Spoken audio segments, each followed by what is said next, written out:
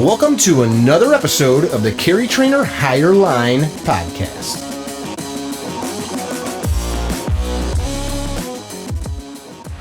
Hey guys, welcome to another episode of the Higher Line podcast. We have kind of a special one here today. My friend Paul Sharp and I were on a road trip to the Big Easy. Yeah, we were on our way down to New Orleans. And Paul and I decided to record our road conversations. We talked about all kinds of cool stuff. We talked about Paul's career in law enforcement. He lived in what was called residential housing. So literally his home was the police station inside of a dangerous neighborhood in a suburb of Chicago. We talked about truck guns. We talked about all kinds of good stuff. So you will enjoy here this podcast, our road conversation to the Big Easy. Check it out.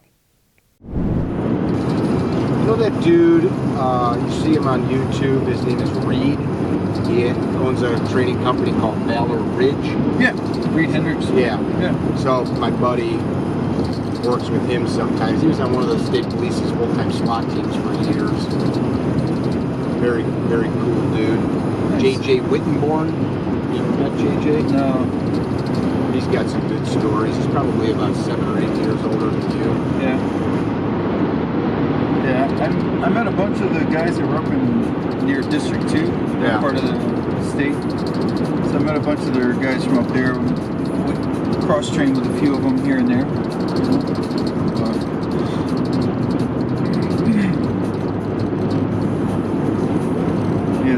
The state's got a good team, man. There for a while they were getting, I was in a hostage rescue school with some guys from the state team, and they were talking about how they were getting kind of their job description was changing more towards WMDs and that kind of stuff, and then it seems like they kind of backed away from that a little bit, but there for a while that was a real concern. You know, they were sending us all to Anniston, Alabama to learn how to deal with chemicals and weapons of mass destruction, all that stuff. You know, that was a concern. If you're in a major metropolitan area, they hit the water supply or, you know, just bridges, simple things, you know. You take out all the bridges in Elgin, you pretty much cut off east-west. Yeah, you cut off east-west traffic. So... Go ahead. No, I was going to say, it was a concern, and it kind of went away. Do you travel with a gas mask? No. Keep one in your car? No. I did. When I was taking that training, going through those schools, I was more aware of it. So I would travel with that kind of stuff with me. What kind of crap do you keep in your vehicle now? Just your normal, like, what you would need to survive weather. That kind of stuff. My concern is more about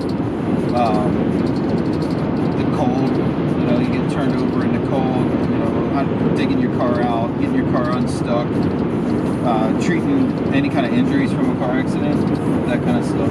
So I'll keep like a medical kit in there. But I don't keep any of the WMD type stuff on me anymore.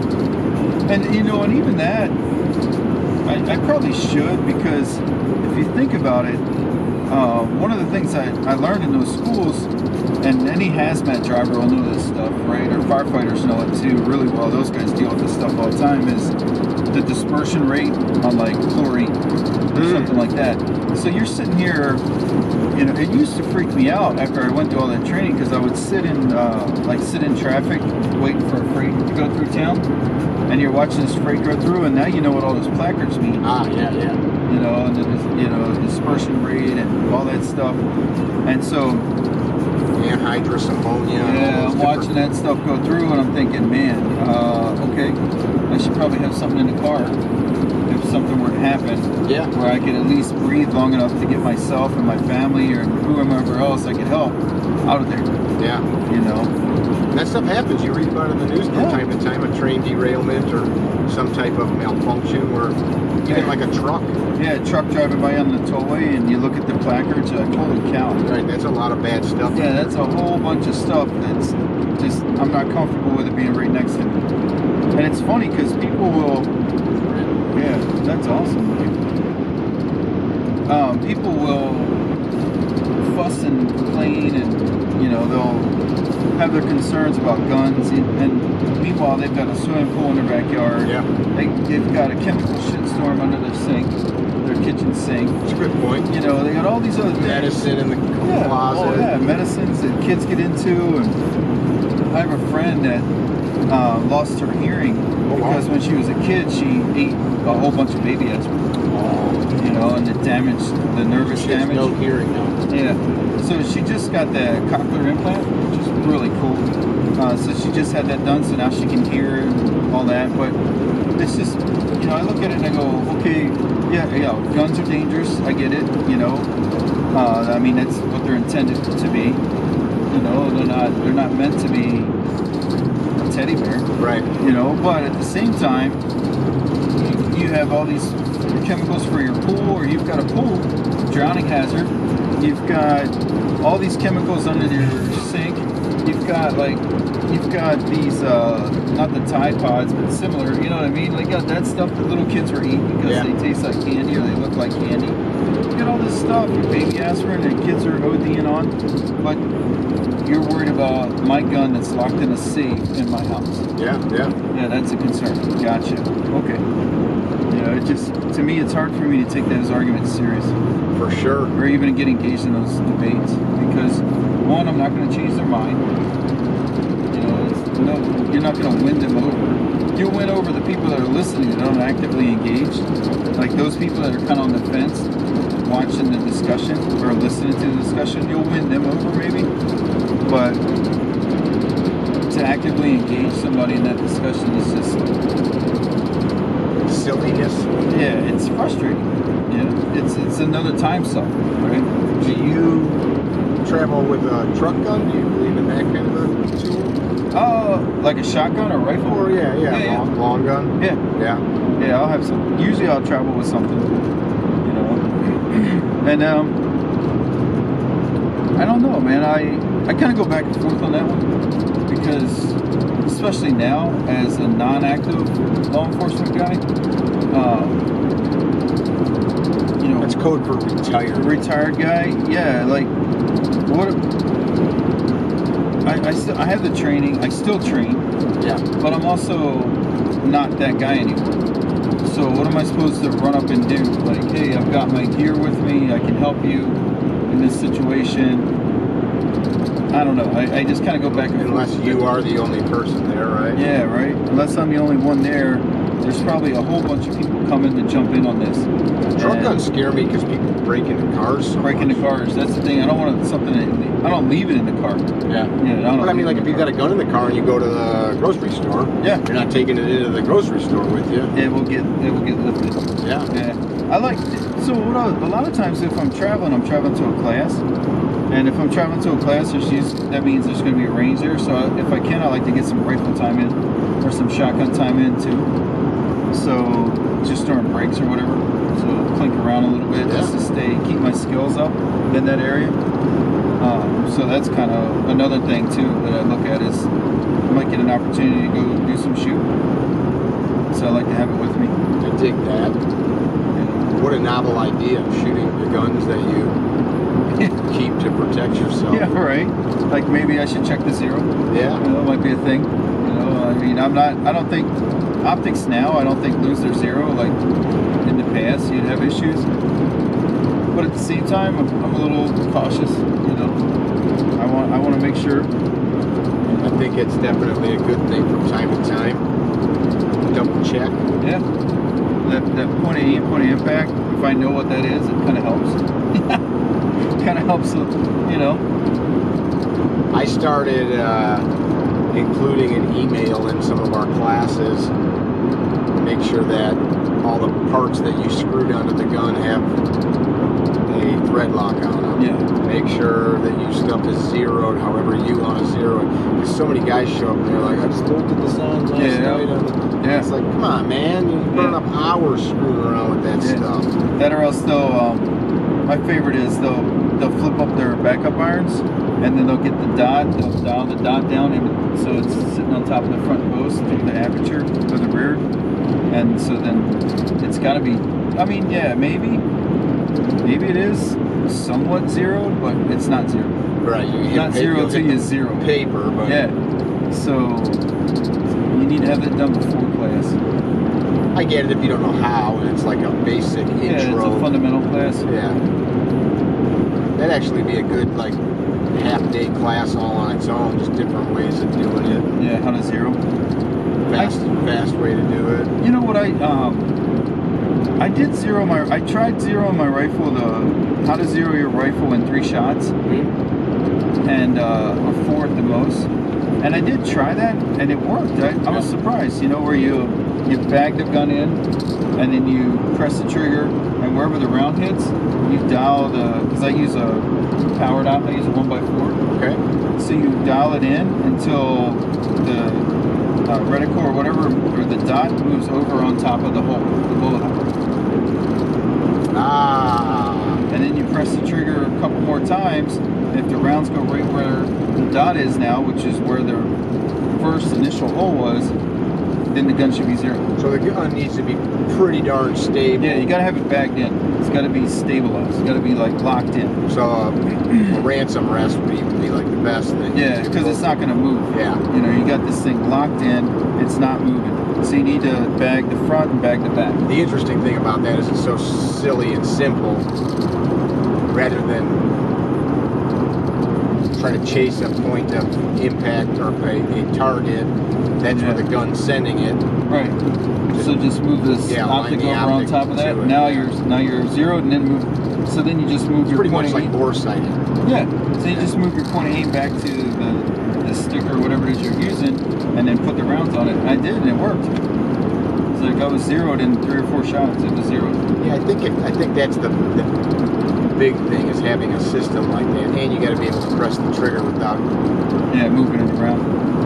Yeah, I was surprised. I thought, well, that's kind of cool, man. I didn't think I was skeptical. What optic do you use on your car? So loophole. Okay. So loophole or Vortex. So we get a deal on Vortex through the site. So I'll use a Vortex. The 1x4? Yeah, the 1x4. So I like those. They're pretty durable. I'm not like running through the woods, or jumping off of anything or rappelling or anything like that. It's just around the house or on the range. So my needs Is there a dot in there? Yes. Yeah, so it's got a dot. So it's an illuminated dot, or you can turn the illumination off. So I like it. It works for me. It's fixed power.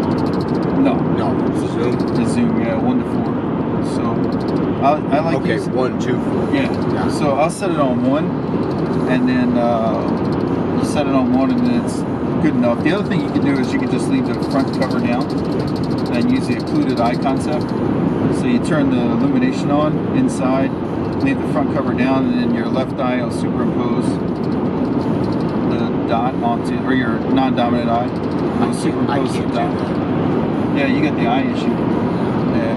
But if you don't have the eye issue, it would work. It would work. Yeah. So that'll work for in the house. If I needed to use the rifle in the house, that'd be more than enough. Frank Proctor likes the low power optic. Yeah. I like them because I had a thing one time, a long time ago. We had a guy, he did I want to say a drive-by, but it's actually a walk-by. He just ran by a house and shot it up. Your house? No, a house on the east side of Elgin. So he shot this house up, and he's on foot, and he's last seen going towards the area where there's 2 schools. Oh gosh. So we set up a perimeter. We get there fast, get a perimeter set up, and I have my rifle had an EOTech. And about a block and a half down from me, I see a guy come out from in between the school buildings. Kind of matches the description. That goes like, oh, he's 5'10" when he's only 5'3", that kind of thing. So, but the clothing description was on. He's all in dark clothing, and he's got something in his hand, and I can't see it. So I can't make a positive ID on him. So, and I'm looking through the EOTech at him, and really at that point, the EOTech was just getting in the way. Sure. Because the dot, the reticle and the dot was just getting in the way. I can't really see this guy. So, and it turns out later that was the guy. Okay. So they recovered him later, further down the road. So had you had an optic, you may have been able just to press a shot off. Yeah, I may have been able to stop him. And so that was it for me. Like so I started calling friends that were shooters. Matt Burkett, called him. I called DR. Called some other guys. Said, hey, what can I? At that time, the loophole was kind of the heat. Yeah. You know. So I got the loophole, threw that on my rifle, and that was it. Never looked back. No pun intended, but I never. Yeah, right. I never looked back, man. That was it for me because the ability to see that little bit of magnification to make a more positive identification on that person or whatever it is I'm looking at, that's crucial, you know. Not to mention that a rifle of purpose over a handgun is not purpose, but the benefit is more distance. So then that's what the 3-gunners were using. A lot of the 3-gun guys were using that optic, so it's durable. I knew it was being tested regularly, you know, so it would be durable. So it gives me the best of both worlds. And then Matt Burkett developed that 45-degree offset that goes right behind or right in front of the ejection port on the AR.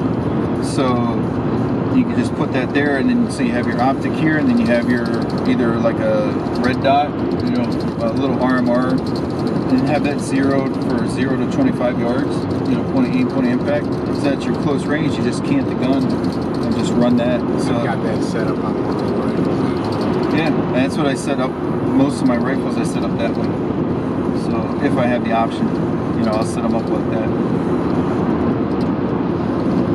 Unless there's some reason why I don't want an optic, or like say I'm on an iron sights kick or something, you know, where I want to see. Do you do that? Yeah. Sometimes I'll get on kicks where I'll just run iron sights, you know, just to push myself and see how good I can get. Yeah, man. You know, Claude Warner, I think it was Claude Warner, did a thing. He compiled the times for 3-gun shooters. So the limited class shooters, I want to say it was like limited or whatever their production class is, where you have to run irons. So guys that were running irons were their times back in the day, their times now were equaling the times of guys running optics. Like 10 years before or something like that. So basically the performance standards for everybody was getting pushed higher and higher. And so Claude, we were talking about it, and it's like, well, maybe we irons aren't the limiting factor. You know, maybe it's how we're seeing things and how we're looking at how we're running it, you know. Maybe we're trying to get this pinpoint top edge of the front post focus, and maybe we need to start running it more like a pistol, where you see whatever you need to see and make the hit, you know. So we started playing around with it, and then I started getting faster with irons, and so I haven't done it in a while, but I like it. There's something cool. I dig it. I know a few dudes that's how they train. Yeah, there's something I like cool. Simplicity. Yeah, that's what I was gonna say. There's something cool about simplicity, about just a really fundamental, basic piece of equipment. God dang it! I'm gonna have now talking about it. I'm gonna go home and set one up. Set up an iron sight rifle. I've got to buy a whole new gun. Yeah, you got to. You have to buy a new rifle. You can't. You can't just unbolt it. No, that's not right. That's totally. You can't do that. You got to get a new rifle. I might just have to go get like an old A2 M16 with a carry here. Oh, that'd be awesome, right? I might just have to. That Benny Cooley, man. Benny Cooley ran those things in competition. Just a big old A2, and he's still like his times crush guys running optics and everything. So yeah, it's all about getting it on, man. I might have to do it. You're gonna have to do it. I'm thinking about it really hard right now. You're gonna have to, man. I'm gonna have to get an A2. Now I gotta do it, man. I gotta do it. We can walk up like a lunchbox with the carry can. What's up, guys? What's going on? I think that I was talking with Ernie Langdon the other day, and he's talking about what iron sights he uses. Like he likes the Ameriglow. They call it the cap sight. It's the one that Spalding likes, that it's square, bright orange versus the round. Yeah. And he's like, the thought process of that over fiber. Just talking about things like durability and Sure. stuff like that. But then talking about red dots, and he's kind of like me, where I just don't want more stuff. Yeah. And you know, a guy like Ernest, I don't know, especially as how many years he's shot irons. Like, is it even worth starting going down that? Oh yeah. And he said his eyes are starting to go a little bit, but if he's still getting the result. But you know, as we're talking about it, it's just like once you switch, then it's another way of having to learn. And if it's thinking about this with the rifles, there is something very simple about pulling that thing out and do I need to change the batteries? Is it smudged up? Right. Yeah. Yeah. Whatever. Or like in Illinois, you know, is there ice on it? Yeah. You know, did I go from outside to inside? We were talking about that the other day. Yeah. So all those things you got to think about, you know. It can be a pain in the butt. There is something to simplicity. You know, there's a robustness to that simplicity. So, does Amerigo make the cap sights for the Berettas? I don't Or just for the think PX? so. Yeah, I think just for the, because that's what he puts on when he does the package, which I'm having to make me. Nice. I never liked those guns. My brother carried one on duty, a 40, and I'm like, this thing sucks. Like, just those Jamomatics. Yeah, it looks stupid. It's like, you know, this big block of. But then I had a student with one of Ernie's builds, Ernest. He doesn't like being called Ernie. Right. And I shot it, and I'm like, man, that's pretty. I still, looking at it, it's like, ugh. Yeah. But it looks like a vacuum cleaner. Yeah, so it looks like a household. It's not a very attractive gun. No. Yeah. But once it, so he's got Ben from Boresight doing the grip package. Yeah, I saw that. Yeah. And then he does the tune and all that, and then slips the Ameriglows on there. Huh. But I don't think they're making them for the 92. Oh, that sucks. I should check though. Yeah. Actually, we'll check when we're done with this. Yeah. But yeah, I'd be willing to try them on a 92. I like the pepperoni sights. Yeah. Yeah, I like the cap sight. That luminescent. Yeah. You know, I actually ran those on a Glock. That's what I have on almost For a all my little blocks. bit. Yeah, I ran them on a Glock for a short time. You use fiber, right? Yeah, and then I went to fiber. So I started using fiber. But I like the idea of that big square. Yeah. Just put that square on, just drive the square into the target. It's just like running a dot pretty much. Yeah, you just run it. Yeah, exactly. That's what I was going to say. It's like running a dot. You know, you can run it like an open middle. One of the points Ernest made that I know I've had happen, and I'm sure you have too, is those front sights. In order to put that fiber through it, there's so much material machined out to make that space that they, even a good sight like a Dawson or an Ameriglow or somebody else's, they break. Yeah. Because there's just not that much material, and it's almost like it's like a perishable product. Yeah, you just count on replacing it. Yeah, keep not just the fiber, but the whole sight. Yeah, you got to keep a couple on hand. And I've learned, okay, if I'm going to take this gun with me, I'm going to I always keep a stick of fiber, but another front sight and something to swap it with, because it might catch the edge of a holster. Or I was demoing like some contact shooting on a rubber dummy, and the rubber dummy came back and slapped it just right. Yeah. I looked at it, it's hanging off all busted. I shot with it for the rest of the day because I didn't have time to go be a gunsmith. But yeah, you can still make it work. It's kind of interesting. We were talking about it earlier about jiu-jitsu or other martial skills like boxing. You mentioned that the basic stuff is really what's needed. Yeah. And start to talk about all of this. We were talking about wheel gun shooters earlier, like Jelly Bryce. Give me a frickin' badass wheel gun in a good holster with some good ammo, and you know what you're going to get out of it every time. Yeah. Versus like some fancy chopped up gun with torques through the side of the slide. So and they don't run. Yeah. You know, things go wrong. And that's the problem. You know, you basically build an open gun or a limited gun to carry on the street. Yeah. And I see like the performance advantages maybe you get from that, but at the same time, those are the guns we see break all the time in classes. Those are the guns that foul up. Like you can't drive an F1 racer every day. That's not your everyday driver car. You know, you can't run that constantly every day. It's a high maintenance vehicle. You run it and then you break it down and rebuild it.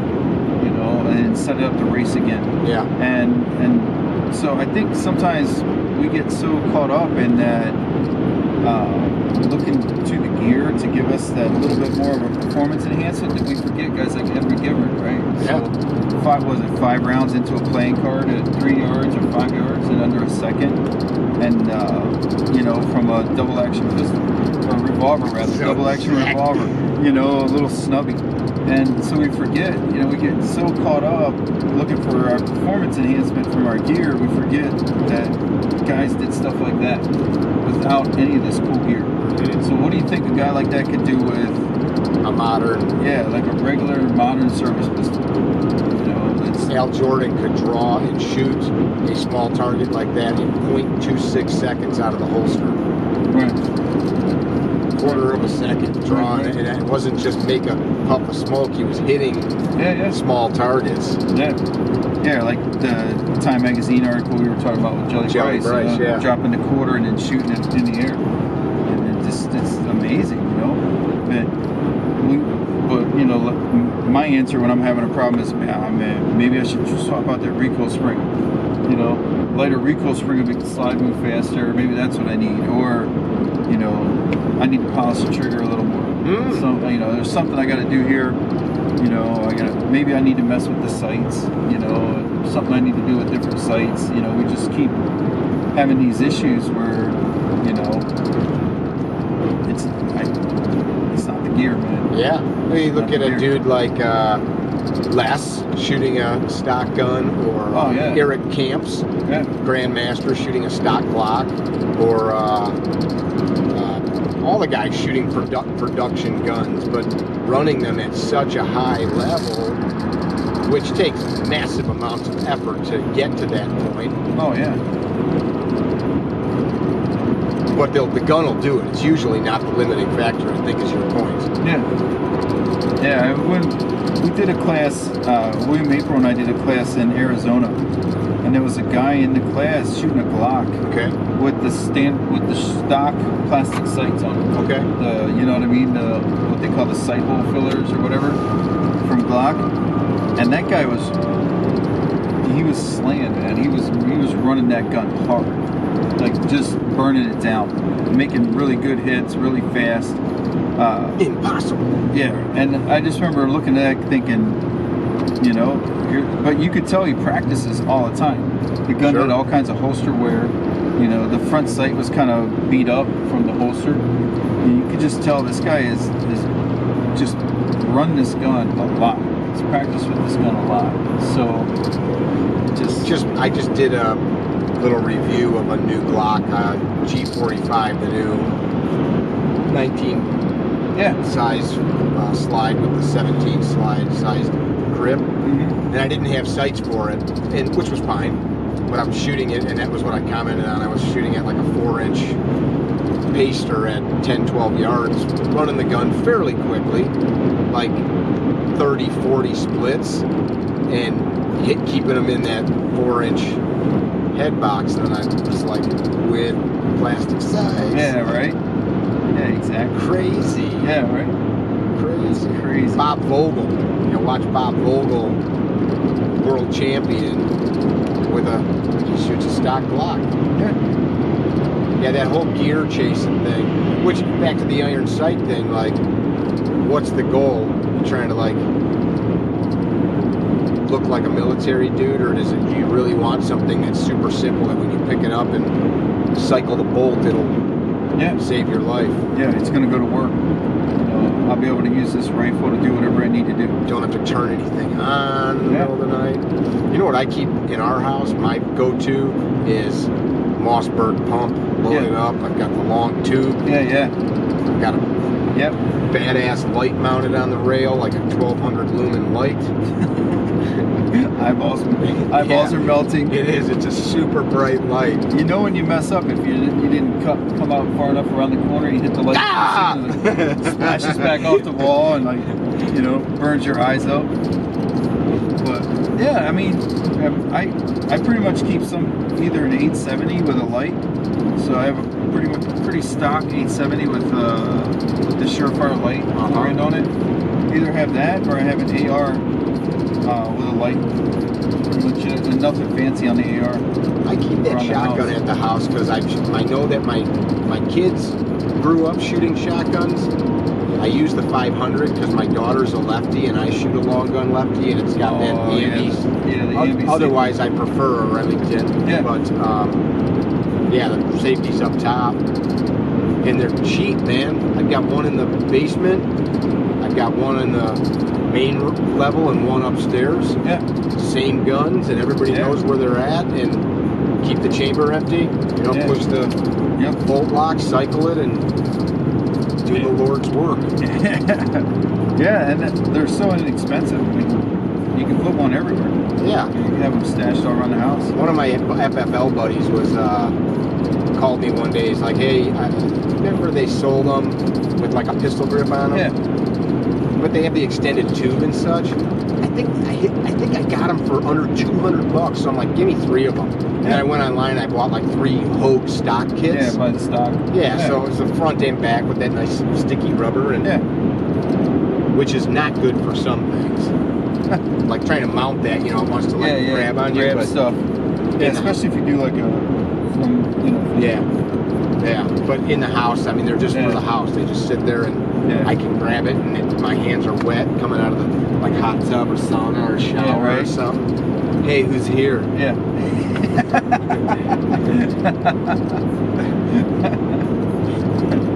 I was gonna say, man, you get me all worked up. Like saunas and hot tubs. But then like the AR, it's like I know they know how to use the shotgun. Yeah. And maybe once every month or two, I'll grab one, empty it out, fill it full of dummy shells, which are one of my favorite things I've ever bought. Oh yeah. And I'll have them, like the wife or kid, work through, get it loaded, get it unloaded, show me the chamber, and then put it back in the condition that we find it in. Yeah. Just to make sure they know how to manipulate it. And with the shotgun, you figure, you know, not that you want to count on one-shot stops, but that really does happen so often with a shotgun. Tons of energy. Man, you know, so you put a 6 or 8 round extension on the tube. Yeah, you're good, man. You are good to go. That's what I got. Yeah. Unless like there's like 3 dudes breaking in the house, but even then I'm pretty good hitting stuff with the shotty, so pray to your God if you come in our house at night. Yeah, exactly. You're gonna put it on them.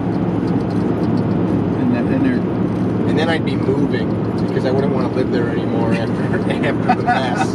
Yeah, right. Somebody else has to clean that mess up. Just move out, burn it down, start over. I really hope that never happens. I've known many people who's had break-ins.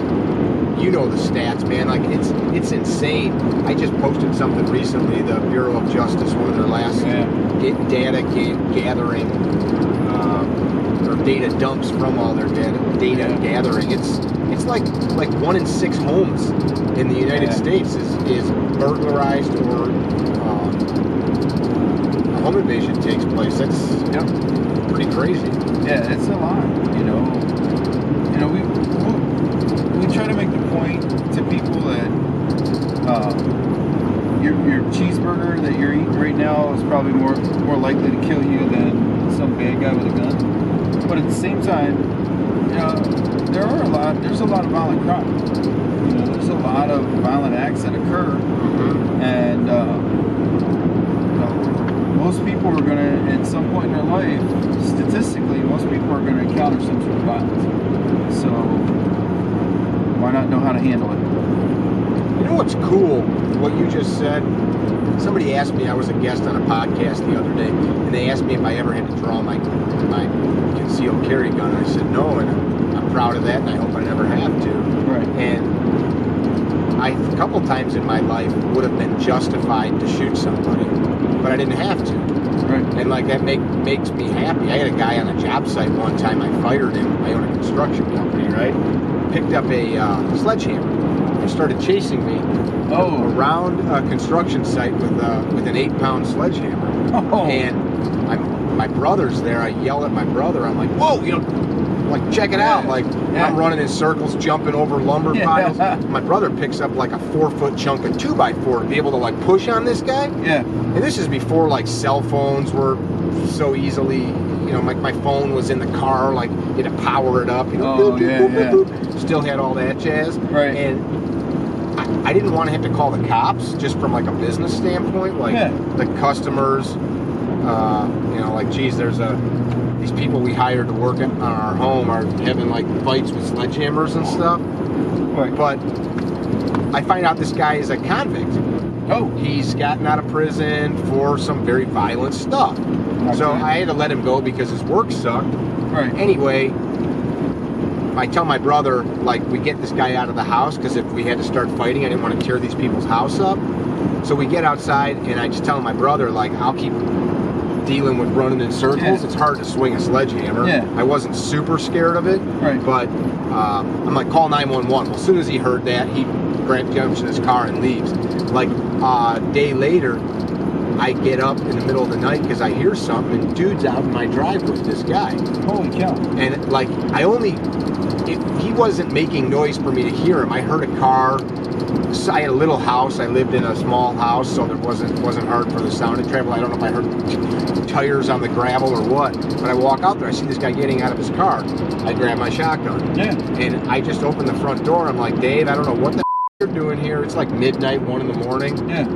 But if you come up on this porch, I'm shooting you. You know, like, go away. Yeah.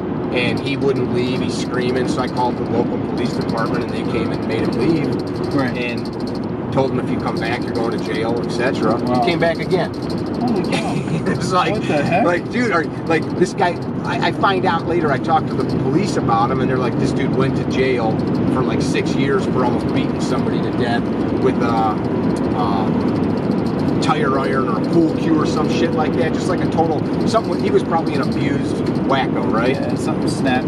And he just wanted to make sure he won this altercation argument with me. But I told the cops, like, I got little kids in the house, like, I can't be dealing with this. If this guy keeps showing up, like, he's clearly insane. Yeah. But that second time he showed up, I just called the cops because I knew, like, if I open the door, this will escalate. Yeah. And I don't want to talk to him where I have to have a screaming match because I will end up shooting him, and then I'm like, then you're in that mess. Right, I don't want to. So I called the cops as soon as he heard tires coming. He fled. They chased him, and I think he ended up back in prison for violating parole. Imagine that. Yeah. Yeah, right? Big shocker. Why did I go down that? There was a reason I brought that up. Talking about home defense. Talking about like not having to shoot. Oh, right. I know. Like, so, like, people have these plans. Like, I have these weapons, so if somebody comes to my house, I can deal with it. It's like, how about create a situation where you don't have to do that? Yeah, exactly. You know, secure the home. Yeah, like, so you used to live as a residential police officer in the city you worked in, where the city owned a house that you lived in a high crime area. Yeah. Which sounds completely absurd to me. Does any city still do that? Yeah, they still do it. They still do it. It's not as bad as it used to be, but they still do it. Bad as in crime-wise or bad? Yeah, crime-wise. Okay. Yeah, we're at a, 40-year crime low. Okay. You know, so, which your city good. Or nationwide? I think nationwide we're at a crime low, but the city in particular. Okay. Has a 40-year low. So, you know, that sounds good on the surface until you're one of the people that still somehow or another being victimized. Yeah. Okay. So, but yeah, I did that for 4.5 years, 5 years. So what kind of things, like securing a home, like I can't board my windows up, I can't put a moat around the house. Yeah, right? Yeah, so the main thing is your entry points. So doors, people still go through doors. So secure the doors, a bolt in the top, a bolt in the bottom. You know, that works really good. Take the hinges and reinforce the hinges by using longer screws, not these little stupid Big 3-inch screw. yeah, big 3-inch screws. You can use like heavier gauge, better. The metal's better and the heavier screws. And then you go through the cripple and into the 2x4. You know, that's on the other side, so you really lock it all yeah, you're together. locking it down. You can also add hinges. So most doors come with 3. I added 2 to each door. Just to make it harder to beat down. Yeah, harder to bust that door open. So that's 2 more places where they're biting the door. And this is back then. This was before you had the devices now where it'll mount right on the door jamb, and you can just turn it. So you know what I'm talking about. Yeah. So those weren't available back then. So a bolt up, a bolt down, and then I added a deadbolt at the bottom, in addition to the deadbolt at the top. So when you locked yourself in at night, it was. Yeah, it was like it was something out of a movie, like Home Alone or something crazy. But but I felt like it really, what it did was it secured the home. And then also what I did was that stupid window in the door. I took I had a piece of plexiglass cut to match the dimensions of that window, and then put that behind the glass. Okay. So there's glass there, and then I had plexiglass put behind it, and then caulked it so it blended in. You couldn't really tell it was there. Okay. And so that gave me like another layer of shatter resistance. So if somebody trying to throw a rock through it or something. Or I come to the window and they try to do something. At least gave me a little bit of a barrier there. And then you can do that with your other windows too if you want. Like the ground floor windows. Okay. You can back then you can flex. It was like a poor man's impact resistant window. So because they're not going to let me Board and stuff. Kevlar the house down. I mean, it's kind of counterproductive to the message we're trying to send to the neighborhood, which is, hey, we're going to make it safer here, And so that was the kind of stuff I did around the house. And then basement windows, like all your basement windows, they need to be treated, just like a door.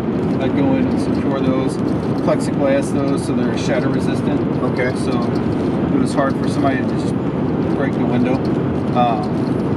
And then also on the back door, what I did on the back door was I used a New York lock. I don't know what they're called now, but basically it's a bar that goes from the floor to the door at an angle. Yeah. And it just hooks underneath the doorknob and then hooks into a spot in the floor.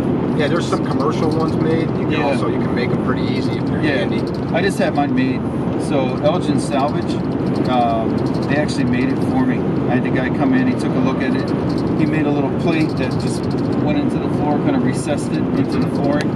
And then, so at night, or if I was gone, if I was going to be leaving my, my wife at the time there by herself, we just secure that. Because that was the only door I really had to worry about, because it was in the back. It was secluded from the rest of the house. So the front door, easily seen from anywhere pretty much, because the house is one of those shotgun type houses. So it was easily seen. You're right, where'd that come from? Holy cow. So that front door I wasn't too worried about. Anybody coming through the front door was going to be in for a whole world of hurt. Sure. And all that stuff buys you time to... Yeah, that's all I need. I needed time. I wasn't really looking at... all you're doing is you're just trying to buy yourself time. You're just slowing them down.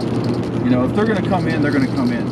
But you need to slow them down enough that you can, hit 911 and arm yourself. So that was the thing. So I needed to get myself armed up and then hit 911 so I could get some troops rolling my way. So if needed. Did anybody ever try to get in the house? Yeah, so I had one guy try to get in the house. Kind of weird story. He comes up he's crazy. Comes up on the front porch and he's banging on the door. So I go through the door. I don't open it. That's the other thing. Don't open the door. Talk to him through the door. so much easier. That's a good thing to think about right there. Yeah. Just that simple act. Don't open just the don't door. open the door. I'll talk to you through the door. So I get through the door and I start talking to him through the door, and he's demanding I open the door so he can use the restroom. And I said, go down the hill to the gas station. And he tells me, I live in this town. This house belongs to the city because it's right there on the sign. It says this is a resident officer house. So this is my house. So let me in. Let me use the washroom. I'm like, no, dude, go down the hill. Go use the washroom at the stop and rob. And so it progressed to the point that I actually went out the back door, circled around, and came up on the front porch and dealt with him because he started trying to kick the door in. Oh, really? Yeah. Did you call for help before you went outside? I did. So I asked for So some you help. knew somebody was coming. Yeah. So and then I went around and dealt with him. We ended up arresting him and all that stuff. Took his ass down. Yeah, we took him down on the front porch, and it did not end the way he thought it was going to end. So, did not go the way he thought it was going to go. But, So did you grab a set of cuffs when you walked out the door? yeah, so I had a tack vest, Okay. so that I had everything on it. So Just my grab it and radio, drop it everything, on. just grab it, throw it on, and then go out there and go deal with this guy. So that was when I kind of started liking to have a hammer or a safety on my gun too. You know. Talk about that. Yeah. So I've had a Beretta 92 since like 1996. My brother gave me one, and so I had the Beretta 92. And I love that gun. And one of the things I liked about it was the decocker acts as a safety. Yeah. And you can actually work the decocker just like a 1911 or an AR safety. So to flip it back on, activate the trigger. So situations like that where I might not have the best holster, or I might not have any holster. See, I'm in sweatpants and I gotta go stuff it. Yeah, I gotta stuff it in my pants. It's nice to have that hammer you can ride and that safety where you can deactivate the trigger. So you put it down in your pants and you don't have to worry about the trigger getting hung up on anything or getting activated. Same with the 1911, the grip safety, thumb safety, put it in your pants. Even if the thumb safety inadvertently gets knocked off, the grip safety has to be depressed too in order for the trigger to work. So Interesting. if something's in your pants or gets hung up, like like your those little tabs and thing, that kind of stuff gets hung up in the trigger guard, I don't have to worry about the gun going off. If I'm trying to stuff the gun down in my pants, and people were always like, well, why wouldn't you have a holster? Man, listen, I would have women come to my front porch chased to my front porch by their husband or their significant other, beating the crap out of them. You didn't have time. I don't have time to go get jeans on and a holster. Nor is it realistic to always live geared up. Right. So that, this would be like 2 a.m. I get out of bed, somebody's banging on my door. I hear like, obviously the sounds of a fight on my front porch or even in my front yard. I throw some sweatpants on, maybe a shirt, hopefully a shirt, grab a pistol, grab a radio, and go out the door. And then it's time to go after it. Time to figure out what's going on out there. Did you ever go out the door and not like what you found? Like, oh shit. Oh yeah, all the time. Usually those situations, right? You go out the door and you're like, holy cow, I've got 4 people here. And I just now, I didn't want to get on the radio too soon because then what if it's nothing? Then I got people running over, so then you're the boy that cries wolf, So you get out there and then you realize, oh, holy cow, man, I should have got some people, should have had some people rolling already. But yeah, but you don't know what you have until you get out there. So yeah, those would occur pretty frequently. Now what? Yeah, exactly. So you get on the radio and you get people coming and do the best you can and you learn how to talk in those situations because they might not be impressed by the gun, but you can try to talk them down. You can try to reason with them. Give them some guidance. Yeah, like, hey dude, let's not do this. Don't make bad decisions. Yeah. For the tactical conference for Rangemaster. Cool. So I taught this 2 or 3 times, and then 2 times, and then this will be the 3rd time, I think. And then I've taught weapon retention, in and out of the holster. So for concealed carry people. So if you're holding somebody at gunpoint, you can't shoot them any longer, or you already shot them, but they're still coming at you and they get their hands on the gun.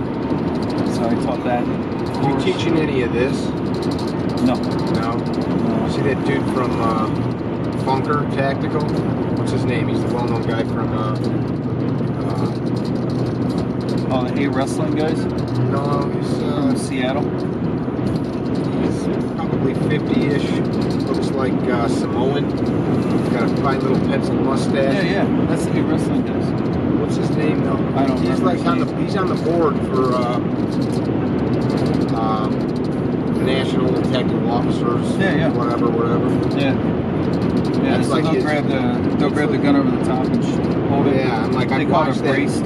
Yeah, Brace shooting you position. You can Yeah.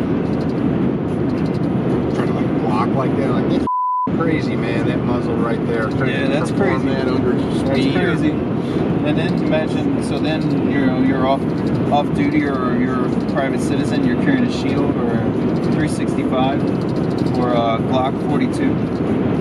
Now you're gonna grab it like this. What's gonna happen? You're gonna lose a pinky. I mean, I guess if you have to, you have to. Z's been testing it because he teaches that shit to a lot of cops. Not that, but he's been playing with it, trying it. He thinks it's a little too sketchy unless somebody wants to spend an ass ton of time learning it. And then like, the likelihood of it, just get better at making space. Yeah, get better at making a little space. Yeah, there's better options. It seems highly risky. It is risky. And like I said, and it's also dependent on using a full-size gun. This wind is crazy. Well, your watch told us. Yeah. It's dependent on using a full-size gun, and a lot of people don't carry a full-size gun all the time. So if I'm carrying a shield, which I am right now, you know, and I put my hand over it like that, I'm going to lose a chunk of my hand, you know. But again, maybe I'm sure they have an answer to that question. I would imagine you just grab further back on the gun, maybe, and brace it, so you're over your hand. I don't know. But for me, I'd rather just not do it that way. There's other options. Especially if you got a little bit of jiu-jitsu. You only need a little bit, man. You don't need a whole lot of jiu-jitsu to defend yourself.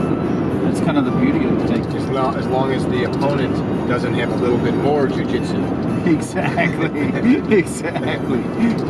I got a little bit of jiu-jitsu. I got a whole lot of jiu-jitsu. Yeah, I've got. Oh, well, never mind it. Yeah. We won't fight. I'll shoot you. Yeah, exactly. So, yeah, that would be the problem. But yeah, there's better options, I think. So, but I'm gonna teach I've been coming up with different exercises to teach people how to lock their wrists and their elbows and all that stuff. Kind of kinesthetic learning methods, I guess. Like a handshake. Yeah. You know? That's how Ron Avery talked about it. Yeah. It's like a handshake. Like I grab your hand and I don't let you bend my hand back. So people think you have to be really, really strong. And it's like you don't. You just have to be strong enough to not let your arm get bent.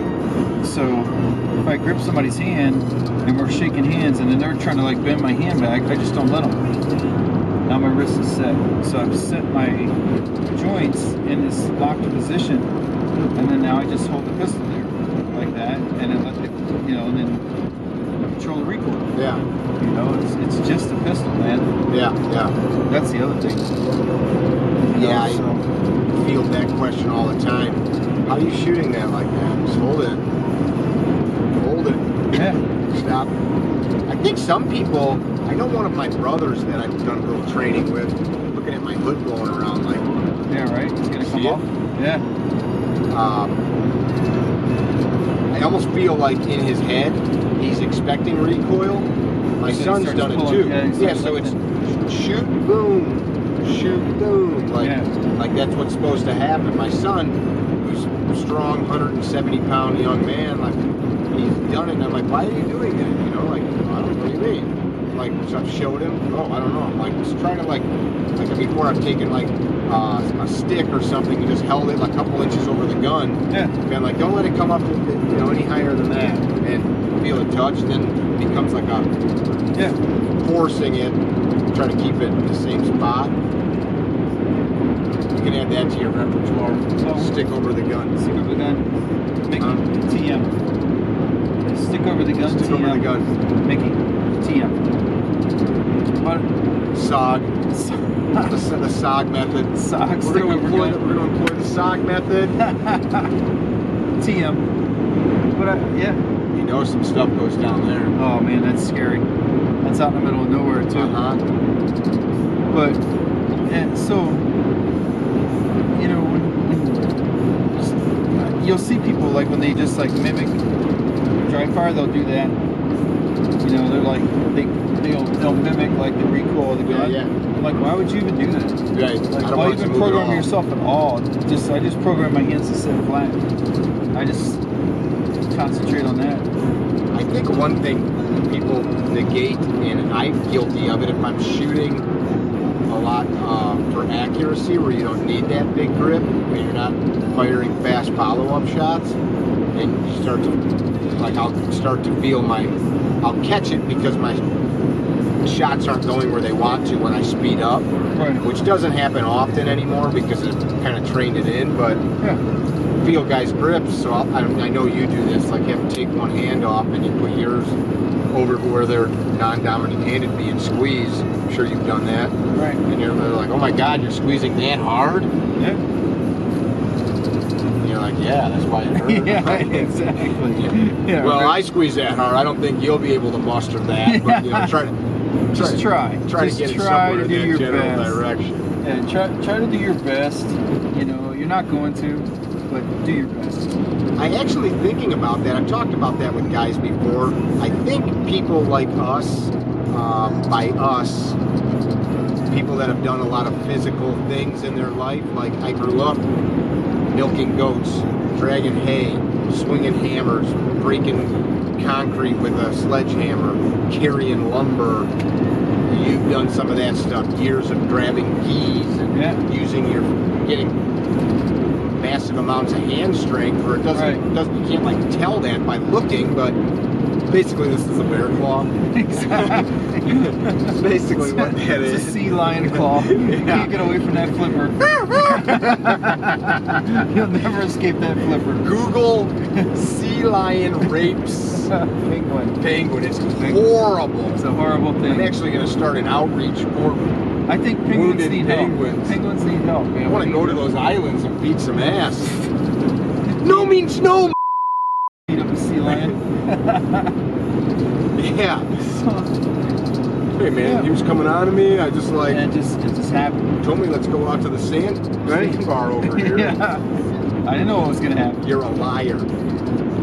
You're a liar. Right? But, yeah, I think all that plays a role. Strength. Yeah, strength plays a role, but I think you can overcome it if with like the pushing and pulling. The isometric. What I meant by that is it might come very, for you to control the gun, or like somebody else that has more physicality to their upper body and especially their hands, you're going to be able to do it better, longer. Yeah. Where somebody is having to employ a lot more muscles. Yeah. They might be able to get the 6 or 10 shots they need, but they're not going to probably shoot all afternoon. Right. Just like I'm not going to go run a marathon. Right. But you got that kind of built-in work capacity for your grips from doing construction and that. And I got it from jiu-jitsu, from grabbing knees, and from wrestling. Grabbing wrists, controlling hands. Yeah, that too. Controlling necks. Grabbing collar ties and stuff. You just have this work capacity where your grips. You get efficient at it. Yeah, you got a nice full gas tank of grip strength. Yeah. Which is a lot more than most people have. You can work for that though. Yeah, absolutely.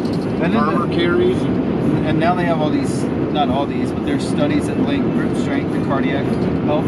No shit. Yeah. Ooh, that's interesting because in order to develop that, you have to carry lots of load. Yeah. You don't get grip strength by just like, I guess you probably get some from just squeezing, but usually you're carrying some pick stuff up and carry it. Interesting. Yeah, so there's links to that now. So where have you read some of those studies? So Larry Lindemann sent me a couple. Okay. So there's you can find them online. If you just Google grip strength and cardiac health, a whole bunch of stuff will come up. It's really interesting. Some hotel room reading tonight. Yes, it's really interesting. So it's one of those things where you look at it and you think, how is that connected? But it's like you just said, you develop that by doing what?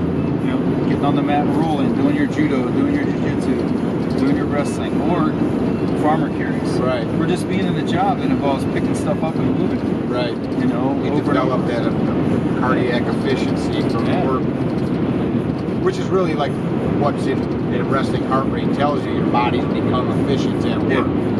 Exactly. Because you've done it enough. That's interesting. So people can work towards that. Sure. Like just like the rope, pull-ups with a piece of rope. Yeah. That's really good. I had it before we did the work at the gym at home.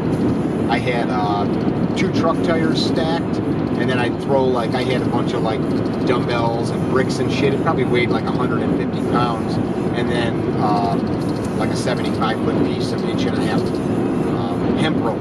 Yeah. And get into a real deep squat, pull it towards you, pull it this way, pull it sideways. Yeah. That would smoke your forearms and hands. That's going to be a heck of a workout. I actually had to stop doing it because I did it too much and inflamed my tendons and stuff. Yeah. Did it too much. Yeah, right? Elbows get all jacked up. Can't do it no more. You ever have any issues with your wrists and stuff? Heck yeah. Yeah. I was just talking about this with Pat McNamara, and you and I've talked about it before, about being careful not to overwork myself. I used to go to the range, and from the context of training with firearms, I'm doing myself good if I spend hours here. I left the range one time, I'll get to the point, but it was nighttime, didn't see my hands washed up. I get in the car, I'm with my sister. I had just picked her up from the airport, and it's dark. So we go into a Walgreens, she wants to grab something, and I'm at the checkout, I pull my wallet out. This 2 knuckles were this thick, full of blood. Oh, yeah. I just ruptured something, squeezing so hard. Yeah. She's like, what's wrong with you? And for a minute, I'm like, and then I remembered, okay. And it's the first time I'd ever done that. I mean, it was huge. I got a bag of ice and shoved my hand in the ice for a while, and it went down, and everything was cool. But that's stupid. I did that. I stopped doing that. Now I go, whatever I'm going to work on, I've got an idea in my head. It's an hour, 2 hours, and I'm done. Because, to me, we're training to be really good at something that takes 10 seconds. Yeah. I don't need to be involved in some 500-round pistol battle. Yeah, so, exactly. Yeah, I've caused my shoulders, elbows, wrists to get super inflamed, where then I can't train at all. Yeah. Which is dumb. We're on I-55 South. You're in the South when the towns are called burg. Yeah. What was that called? Lynchburg. What was it? Lynchburg. Was it Lynchburg? I think it's in Lynchburg. It's in the South. They're also talking about lynches. Yeah, right. Isn't Lynchburg where Jack Daniels is made? In Tennessee? Tennessee. Is it Lynchburg, Tennessee? I don't know. I don't know. I don't drink that rock gut. What do you drink? I like good beer. I like good wine. I like good tequila. Snobby. Total snob. I found, though, that, cheaper stuff is often made with cheaper stuff. Right. And that's how you get, the rock gut and all that stuff. Yeah, man. I used to like to drink Modelo Negra. Good Mexican beer. Well, it's in, Smittix and Guinness, and a lot of those beers are dark because they put caramel 40 and other colors in them. Yeah. I don't want to drink that poison. It's fake food coloring bullshit. Right. So, good. Now we're so fortunate if you enjoy it, unfortunate if you're against alcoholism. But we got so many great micro I don't brews. judge you guys. Yeah. I don't judge you losers. There's so many great places. I guess what I'm saying is I don't judge people because they're weak and have to drink. I just referenced Pat McNamara. I'm going to reference him one more time, and then we'll be done with that. He always says, every day is a Friday night. Every night's a Friday night, and every morning's a Monday morning. Nice. So, like, if you're going to enjoy, but make sure you get out of bed. Yeah, make sure you get up and get at it. Yeah. I mean, you can't be abusing yourself. I think there's lots of studies. A couple drinks are good for you, as long as it's not... Sure. As long as you're not using it to fall asleep or using it to hide the pain or something like that. But I use it to wake up. That point, though, was now we have so many of these craft breweries, craft vineyards, craft distilleries, where the owners, the makers, and they really take pride in the ingredient sourcing. So you're getting, and of course now we've got like this huge foodie culture now, which I am a snob for good food. Yeah. I cooked this badass pork tenderloin last night, which you don't eat, but you would have ate that. I did a really nice job sauteing some asparagus. Still had a nice crisp. Oh yeah, that'd be good. A little olive oil, and then did some beautiful gold potatoes that I mashed with the skins on. Oh yeah. With used a couple dollops of whole Greek yogurt and some almond butter or almond milk. Yeah. Nice. Those were delish. Oh, carbs are terrible. Shut the body needs carbohydrates to live. You gotta eat a nice balanced diet, man. You get a little bit of everything in there. Yeah, like how else are you gonna get your nutrition? Especially for this stuff. You know, this stuff we do where I'm burning through multiple energy systems. It's not just ATP, you know. What's ATP? Glycogen, you know, ATP is, I think ATP is the one where you're gonna need to call Craig. Yeah, I probably need to call Craig. So I can't. It's some sort of phosphate, I think. But basically, you get about 10 seconds of energy through that system. Oh. And then you got another system that kicks in and gives you like another. You know what I mean? I know what you're talking about now. Yeah. So you have those different systems and different foods fuel those. So, man, why don't you just try to eat nutritious food and you'll be okay. Which the cool thing about what you're talking about is that's why eating the food is important and not just drinking the juice or eating the supplement. Yeah, because you need the totality of those nutrients together. Yeah, I want the nutritional value of the food. I think the word is osmolarity, where it's like you need those several components together to do what they're going to do. To make it happen. Some great studies now on the bullshit of the supplement businesses. Oh, God. That movie... shit, this wind is intense. What was that movie? Bigger, Stronger, Faster with Mark Bell and his brother? Yeah. They show they go... they decide to make their own supplements. You see that? Go down, pick up some guys from the labor tent place, bring them back. Kitchen table full of powder, sprinkle a little protein in there, so now it's a proprietary blend, you know, mix it all up, put it in containers, ship it off. Complete garbage. The interesting thing is so many people, like you and I could start a supplement company tomorrow. There's a dozen companies that will formulate whatever you want, or you can buy their formula. There's really no testing other than like in-house testing for the quality of the product, right? And you don't know, like there's a lot of things like ascorbic acid for vitamin C. So much of that stuff is made in the same factories that they're using this stuff for commercial and industrial uses, and they're just scooping handfuls out that goes into vitamin C tablets. Yeah, right. That's beautiful. Is that like a 72? It's like a 72 or 73. Yeah. That's sweet. That is you guys just missed a beautiful two-tone Chevy. Looked pretty mint. You had a couple little rust spots, which was kind of cool. Yeah, it's nice. That's my jam right there. I need one of those. Yeah. But that's the thing. It's like, you know, what was the Stephen probably the big stones, big rocks example in his books. You got to get your big rocks in first before you try to cram all the little rocks and everything else into the jar. So the big rocks are like nutritious food, man. You know, drink some good water. You know, and even in the water, just put a little bit of sea salt in there. Yeah, you were talking about that before. Yeah, that helps so much with retaining your like your mineral, your electrolytes, your minerals, you know. And otherwise, you're just gonna pee it out. Yeah. So you want to hang on to that stuff. So a little bit of salt water helps you retain some fluid. That's an interesting thing. There's this is a friend of a friend's company. That's a electrolyte pack. LMNT. A buddy of mine, 18 Delta, they recommend a product that they carry on their deployments, and there's sugar in it.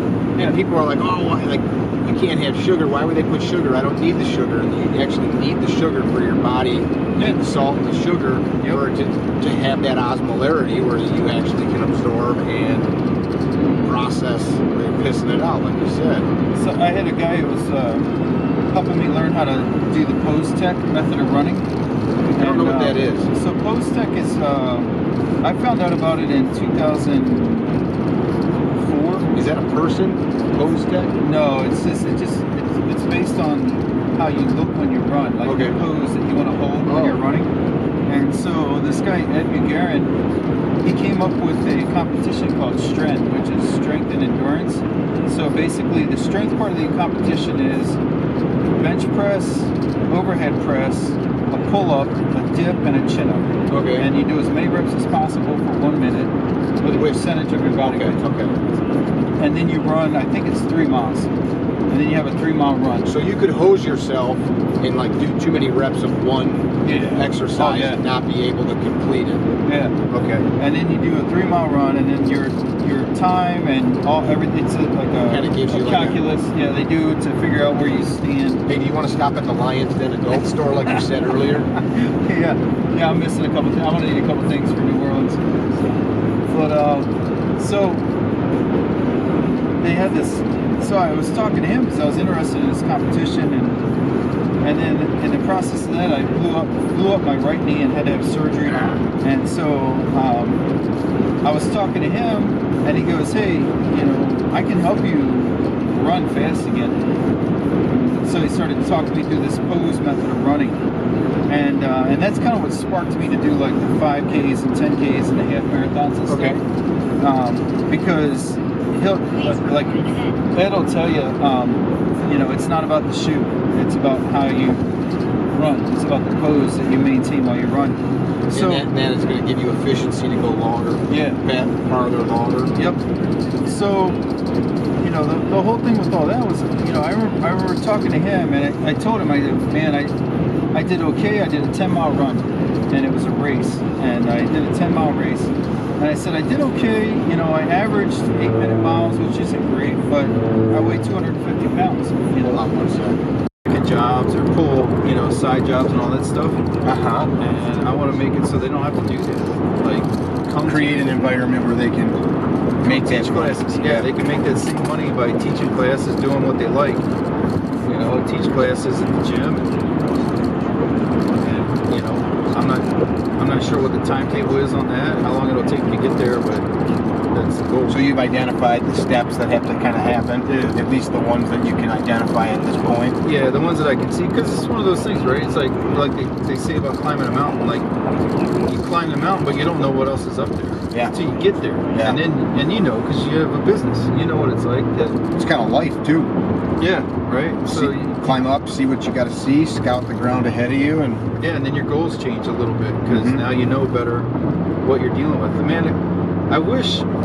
So I went through a training process for the business side of things a month before we opened, so in July, and a lot of it just was like, or more appropriately, like hit me and bounced off. Oh, you know? okay.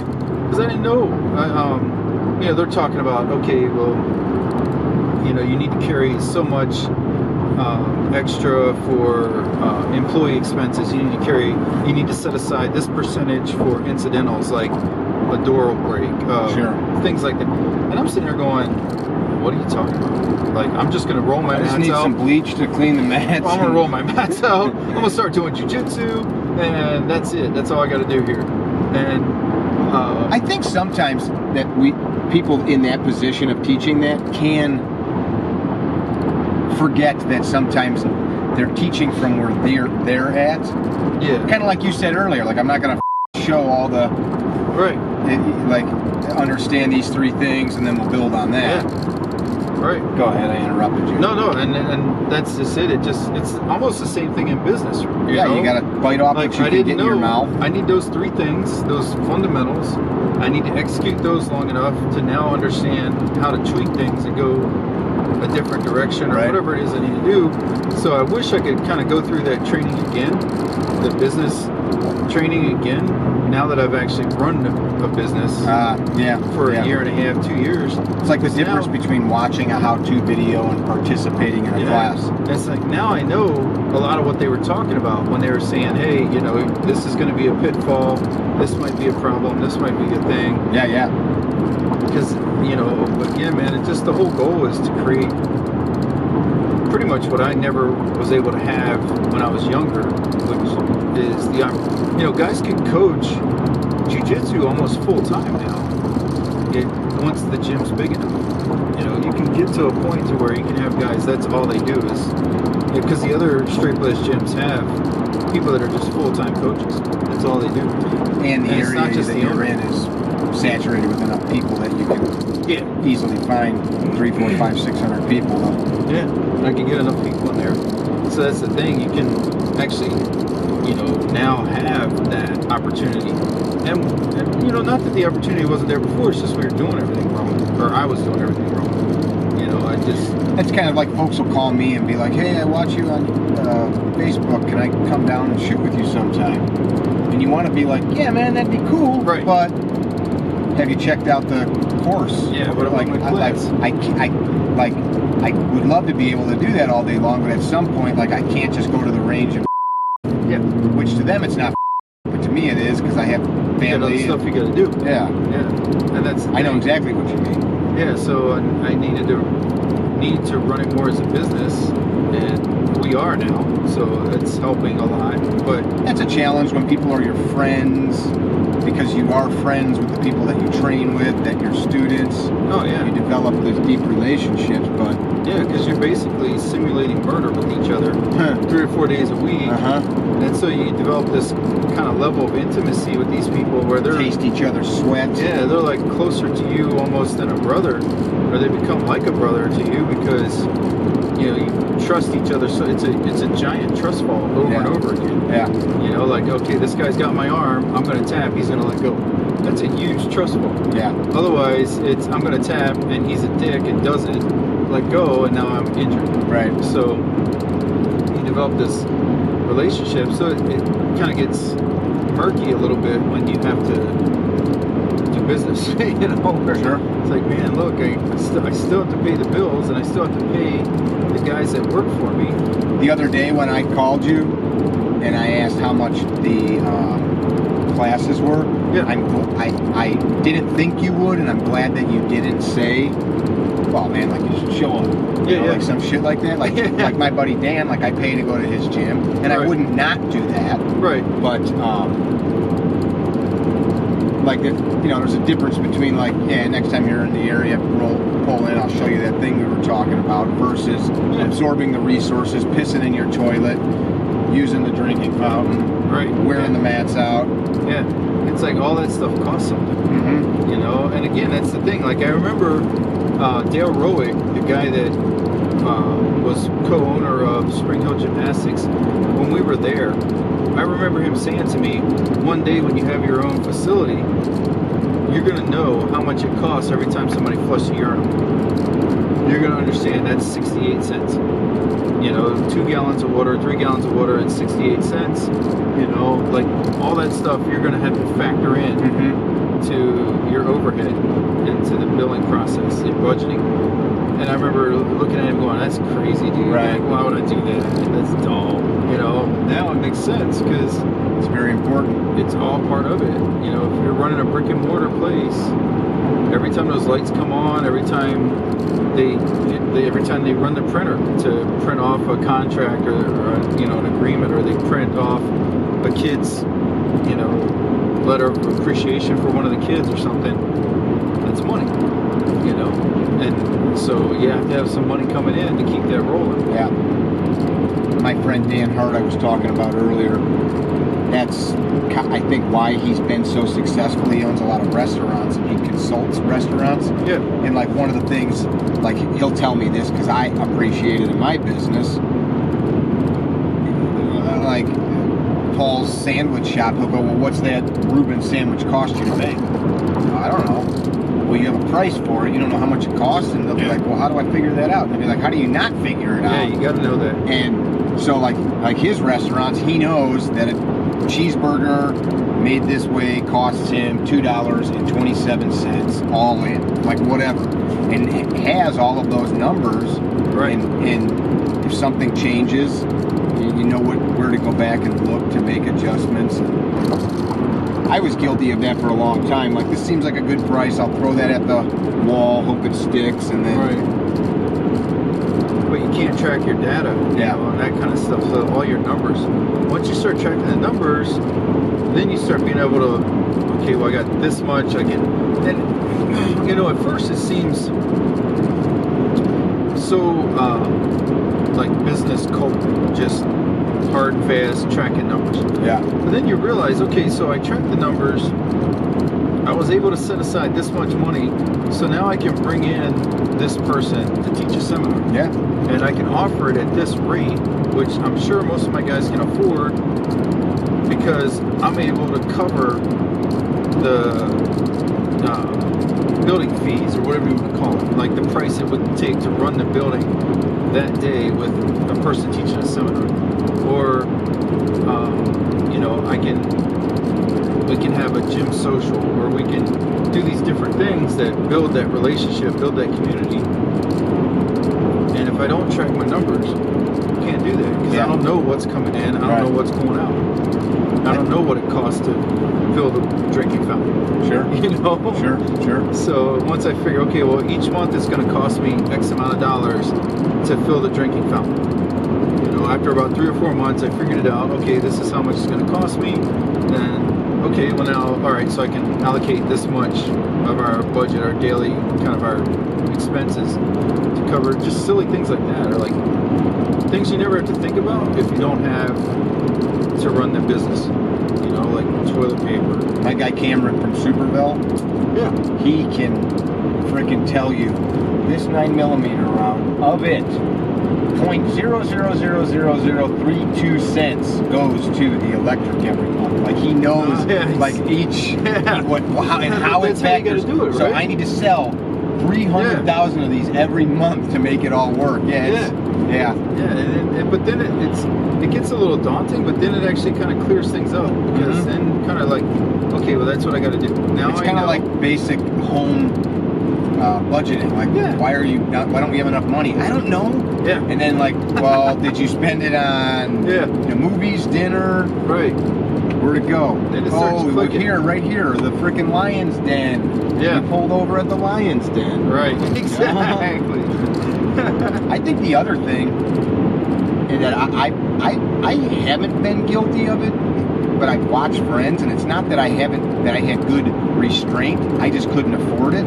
I'd watch guys like in the construction business. I'm going to start a construction business. I'm a good carpenter. Next thing you know, they got 2 brand new pickup trucks for $50,000 each. I had a plumber friend of mine went out and bought like an $80,000 truck, like a whole loaded 1-ton leather. Like, dude, you're a plumber. You're driving an $80,000 truck with your poop boots in it. Man. Hey, let me live poor for a little while. And that's the thing. Like, I would rather, and I know you get this because you understand. Because you look poor as shit. Yeah, right. But well, you understand though, because you've had to pay employees. I would rather make payroll than have something nice for myself. Yeah. And you know exactly what I'm talking about. Like, because I can't do anything without them. Not only that, but it's the right thing to do on top of that. But the more So I sacrifice on my end, the more I can dump back into the business. Knowing that it will break at some point. At some point, yeah. Because you can go forever with that mentality. No. Knowing at some point I'm going to be able to get some money back. You know, at some point it's going to start paying me. Yeah. But, you know, it's just, I would rather do that and get just a killer cadre of coaches, build something. office staff. Yeah. Something lasting. Yeah, build something, man, that keeps what I think or what I envision jiu-jitsu and self-defense and all that stuff, like having William April come in, having Jerry Wetzel, Craig, Cecil's going to come in and do a seminar. Cool. I've had Chris come in. So I've had sport guys come in. I've had the street kind of, whatever you want to call it, side come in. And that's kind of how I look at it. It's like I want a place where you can have all this stuff come through here, so it's a resource, you know, and just has a good vibe where... That's a big thing. We were talking about really that last week after training we just talked about that, and I don't want to say the specifics of it because I have the camera rolling. We were talking about certain groups of people, they have bad vibes. Like, and then they attract people that like those vibes, so it's like, you people hang out over there, man. It's like the, what's that movie, The Wanderers? Yeah. Is that the movie I'm thinking of? Yeah, oh, which one? No, what is it called? Is that it? The gang movie? The Warriors? Warriors. The Warriors. Yeah, Warriors. Yeah, you keep Warriors! Yeah, exactly. Like, you're the freaking weird dudes on roller skates. You guys stay over there. It's kind of cool. You just stay over there, dude. I like roller skates, but... yeah, but not there. Yeah, and that's the thing. It's just, you know, your vibe attracts your tribe, right? So, yeah, that's a good way to like you. I like that. And so that's what I want, man. I want a good vibe, attract good people. I'm so, not, I don't want to say past the I'm 20 and I want to fight the UFC phase of life, but I want to have a place that offers jiu-jitsu more for, and self-defense training more for regular people. You know, like regular people can come in there and learn all the stuff they need to learn without worrying about some young guy full of testosterone that only wants to compete, that looks at everybody as an opportunity to try out his latest, greatest movement and try to break people. I'm like, I don't want that, man. That's bow to your sensei. Yeah. I want people walking out of there better and more capable of defending themselves. Probably not just physically, right? Yeah, exactly. In every way. So I don't want them walking out of there, you know, hurt mentally, hurt physically. My wife. Hope you guys enjoyed this podcast. Paul and I had fun on our chat. We thought we'd share it with you. If you dug that format, shoot us an email to training@CarryTrainer.com. Maybe we'll do it again on some of our cross-country travels. If you're not following us, please do. CarryTrainer on Instagram, CarryTrainer on Facebook, CarryTrainer on YouTube, unless you're watching this there, and then you probably already are following. Hit that subscribe and like button, man. We like it, and it helps people see more of this content, which I want you to do. Send an email over to Drew. Drew likes hearing from you. Be well, guys. Don't be a dickhead. Visit our website, CarryTrainer.com, for information about classes held throughout the U.S., CarryTrainer apparel, and upcoming projects. You can also email us at training@CarryTrainer.com for information about setting up your own private course or speaking engagement. Training@CarryTrainer.com or CarryTrainer.com.